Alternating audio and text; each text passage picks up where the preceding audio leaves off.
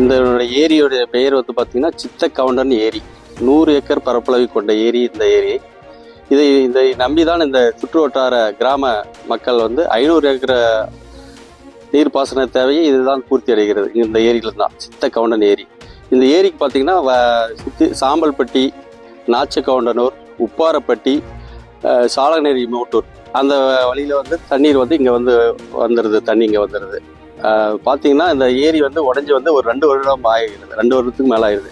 இதை நம்பி தான் மக்கள் நீர் பாசனத்துக்கு இதை நம்பி தான் மக்கள் வந்து விவசாயத்துக்கு இதை நம்பி தான் இருக்காங்க. இது 2 வருஷம் ஆச்சு. இந்த உடஞ்ச பின்னால் மக்கள் வந்து பயன்பாட்டிற்கு விவசாய நிலத்திற்கே தண்ணி இல்லாமல் ரொம்ப சிரமப்படுறாங்க. நாங்களும் பலமுறை மனு கொடுத்துட்டோம்.